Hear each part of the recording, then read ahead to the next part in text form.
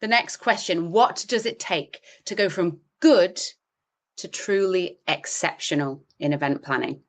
In our next session, our expert panelists, Aashna from DoubleVerify, Grace Stillar from HashiCorp, will be joining moderator Sasha from the Event Collective, where they are all going to share their journey and the key traits that set top event professionals apart. So let's dive right in. Aashna, Grace, Sasha, welcome to the stage, and over to you.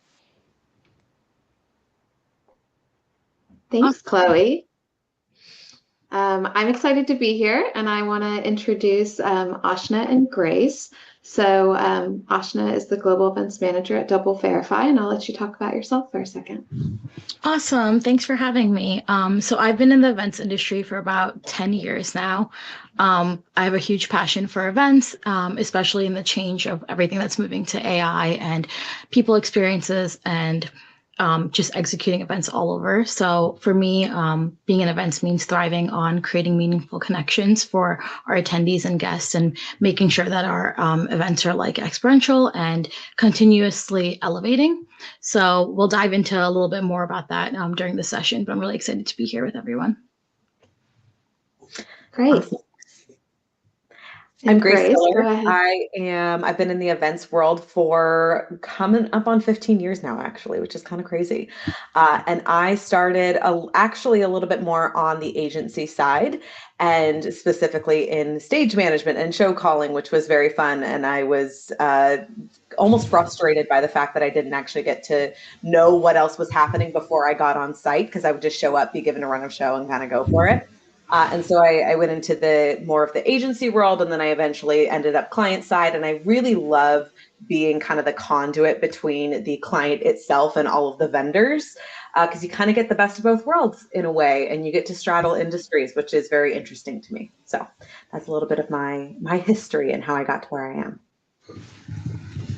So I actually did a little bit of the opposite of you, Grace. I always kind of started out on the corporate client side, and I feel super old saying this. I've been in events for a total of 18 years now. I ran events for a software company for about 9 or 10 years, and I actually started out in a marketing role. So I've got a marketing background, did a lot of channel and partner marketing programs, and the first 3 months in this role, there was this VP of sales who comes up to me and he's like, "So I want to plan a little conference in Barcelona.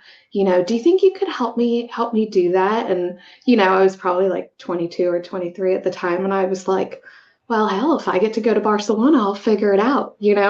So that was kind of where my larger event journey started. So I worked there for about 10 years, and then about 5 years ago, I started the Event Collective, and so we're a boutique event marketing and event management company, working with clients globally for everything like SKOs, user conferences, trade shows, VIP events, and all types of field and event marketing. So what we're going to talk about today is kind of how can you be the very best in events, right? There's great event planners, great event managers, great event marketers, and then there's fantastic ones. And so we're going to talk about what really sets those two apart. So I will say anyone can, put on an event and you get compliments of "Oh, the decor is so cute. Oh, the food was great. Oh, everyone had a great time." But there are those kind of bigger pieces that really drive the difference. So the three main pillars we're going to talk about is emotional intelligence, creative problem solving, and proactive leadership that really take the good to the great. So I'll let you start, Grace. Yeah, thank you. So I think and anybody who has worked with me or for me, they're probably going to say that I sound like I'm beating a dead horse here. But for me, it's all about thinking about the attendee experience from soup to nuts. I think it's very easy, especially for those who work in the tech space or really any B2B space. It's very easy for event managers to be like, I don't need to know about the content. I don't need to know about the information that's being shared. Sometimes, especially in the case of HashiCorp, it's way too technical for us to actually wrap our heads around. But for me, I'm a firm believer that if we don't have an understanding of what and if we can't empathize with our end users and with the attendees that are there, if we can't think about their journey from start to finish, we're not going to be able to put on a good program for them.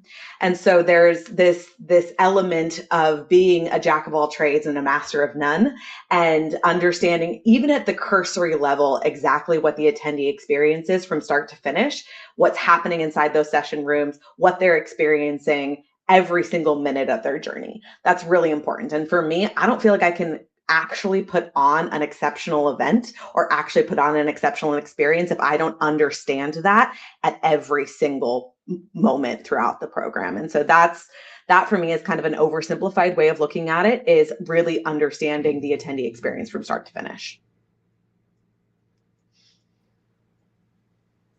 That's great. I'll chime in and just say that what keeps me up at night the night before a program, right, is like I'm lying in bed on my pillow and I'm actually like the attendee and I'm thinking about like, okay, I'm going to wake up, right? One of the first things I'm going to do is I'm going to head downstairs and probably going to eat breakfast. So like the event person in me is like, okay, at this time, we're going to make sure that, breakfast is out. And even like 2 or 3 days before, I love to like walk the space as an attendee and just go through different ways and be like, oh, we didn't think about putting a directional sign here or, just something. But I think it's so important to really, put yourself in the attendee's shoes. And I mean, on that note, like the element of empathy is such a really going into the full mindset of the people that are on site. For instance, for us, we have a lot of very technical, neurodivergent engineer type people that are on site that don't really want to interact with people. And so it's how do we, knowing that you have a mixture of introverts and extroverts, how do you design the space? And so for the introverts that don't want to talk to anyone, that it's foolproof.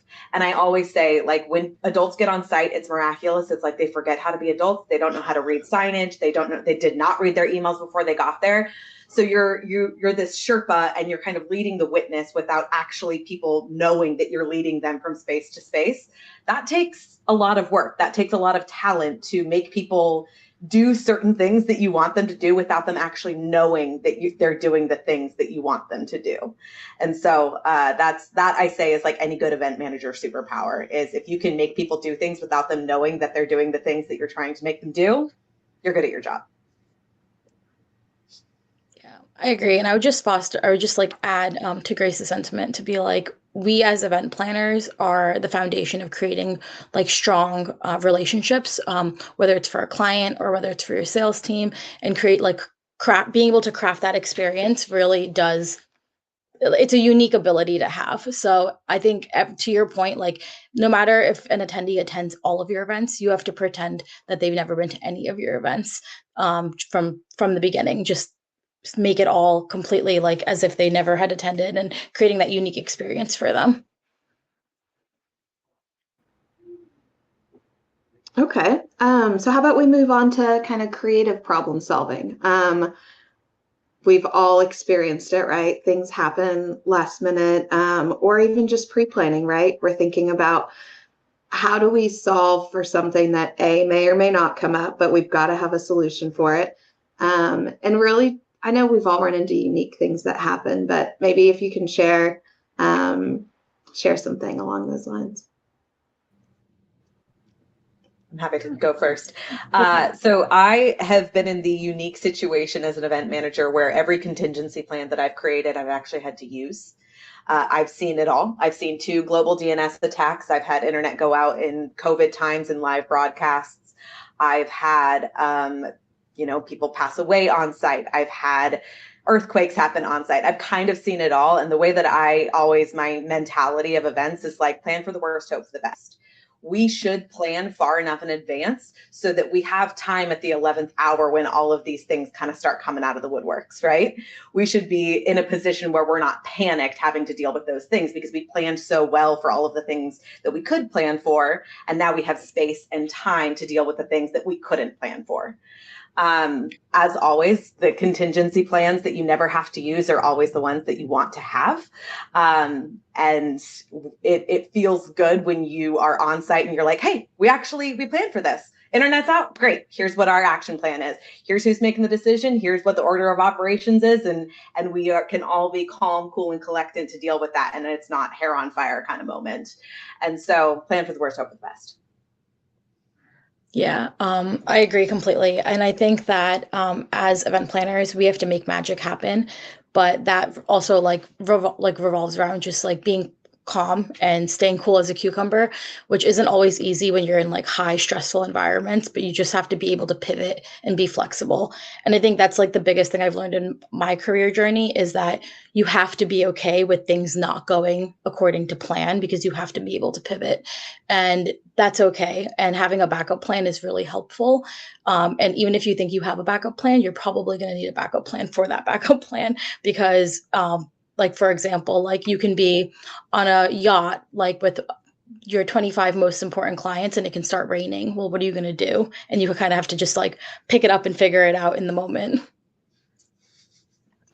I think for all of the ex-theater kids out there, the show must go on. And if you were in theater, you know that, where you're just like, hey, something's got to give. We got to figure something out, right? And to Aashna's point, if something's on fire, even if it's literally on fire, no one needs to know about it. Because if you're freaking out, everyone's freaking out because everyone's looking to you to expect to know what to do next. So if your hair is on fire, all of a sudden everyone else is freaking out. So to know how to be kind of cool as a cucumber and be able to speak with authority and instill that confidence in your stakeholders and your attendees is so important.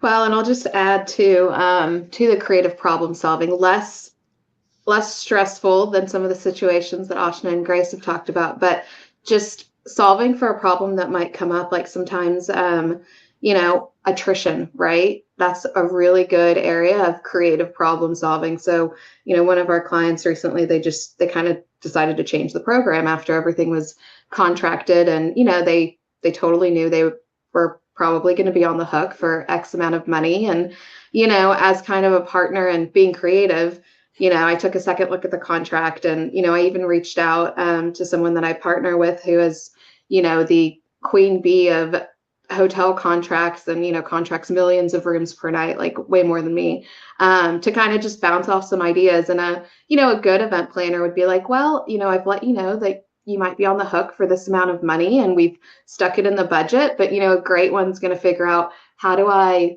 save that money for you and how do I keep that money to use for something else interesting in the budget versus just what I call, throwing it away by having to pay the hotel for, a little mishap in planning. So, taking the budget and almost acting like it's your own little bank account versus like, well, okay, that's just that. And there it is. So. And I'm sure we can have a whole other discussion about venue contracts. By the way, I'm sure there is a session about that at some point, but my philosophy is like the worst they can say is no. So go in and ask, especially if you're in that situation, like what can you barter with to, you can up my food and beverage minimum or whatnot if you want to, let me off the hook on some of this attrition or whatever it is. The worst they can say is no. So it's, it's silly not to ask in situations like that, right? Totally. Got to get creative with what you got. Okay, well, let's jump into proactive leadership. There's leading your own team. There's working with leadership inside the organization. So how do we take the leadership aspect and kind of go from just a standard, nice, good event planner to kind of that awesome queen bee? Yeah, I can kick it off. So I think for me, it's a lot of that is just like building strong relationships with your team, but also being realistic about what can be done and how it affects their business. So like if your target goal is 100 attendees, who are they? Why are they important? And then how are you going to get them? Kind of like leading the journey from start to finish, but being that support in the middle with your team from the beginning. And then the one thing that always works is like doing something really cool. I know backstage we were talking about like the F1 races. It's like having a cool like attendee experience leaves a mark, and also like opens up the opportunity to like be more creative and do more things outside of the box. I think also when I think about leadership, both with my stakeholders as well as like the event managers that report up through me, the biggest thing is instilling confidence. And a big part of that is obviously earning their trust, but some of it is also committing and going. I talk to my team members about this all the time of like, there might be a million different ways to do something. And I understand, especially events people, we have this crippling thing inside of us that we need to know everything. And there's, especially as your events get bigger and you scale, it's impossible to know everything. So there's always going to be a little bit of an element of faking it till you make it. But as long as you're confident in what you're doing and you're like, this is the direction that I say we're going to go in, and let's find out the hard way if we think it's the right one or not, kind of thing. But you commit and go, because at the end of the day, the sun will rise the day after your event. It's going to happen and it's going to pass. So make a commitment and go with it. And if you are confident enough in that direction, your stakeholders will follow suit. Because especially with stakeholders, they're looking at you as the subject matter expert. So you need to make sure that you instill that confidence in them, even if you're not 100% sure yourself. Yeah, and I think one way to really instill the confidence in leadership too is like, you have to be the executive with your team. So when, you and your team are looking through slides, you're looking through plans, you're like, wait a second, like, the executive does not care that we're going to have cotton candy for the break. Like, your team probably thought it went great with whatever content was in the session before, or went great with a funky tea you're serving, all the creative, beautiful things we love to do. But the exec does not care, right? They want the high level, concise. And so I think also putting yourself in the executive shoes when you're kind of working with your own team really allows you to kind of bring events to the next level. Absolutely. And that kind of goes back to the empathizing with the attendee journey from start to finish. Whenever you are communicating with stakeholders or executives or team members, always think about what is the thing that they actually care about, and then cater what you're saying to that. Because executives don't care all of the intricacies of when the food and beverage, when the buffets are going out, if you're hitting attrition. They care, are you under budget or over budget? And what are the top line things that are going out in the keynote? So you have to cater your conversation to that, right? And I think that's a big thing that I almost like never thought about. I knew it in the back of my brain. I did it as muscle memory. And I've learned in leading and coaching event managers that it's something that you have to be very deliberate about with a lot of people. And it's a very simple question to ask. What do they care about? Cater what you're saying to that.